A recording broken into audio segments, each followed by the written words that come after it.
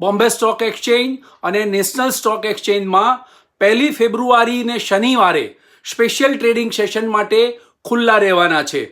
આ બંને stock exchange સવારે 9:15 વાગ્યાથી 3:30 વાગ્યા સુધીમાં સત્તાવાર રીતે ટ્રેડિંગ માટે ખુલ્લા રહેવાના છે. 1 ફેબ્રુઆરી 2025ને શનિવારે કેન્દ્રીય નાણાપ્રધાન નિર્મલા સીતારામન કેન્દ્રીય બજેટ રજૂ કરવાના છે. આથી શેર બજારમાં રેગ્યુલર ટ્રેડિંગ સેશન યોજાશે. 2024ની લોકસભાની ચૂંટણી પછી નિર્મલા સીતારામનનું આ પૂર્ણ કક્ષાનું બીજું બજેટ હશે અને આ બીજું બજેટ એ અમૃતકાલ અને વિકસિત ભારતને રજૂ કરતું બજેટ હશે અને અર્થતંત્રને વેગ આપતું બજેટ રજૂ થશે.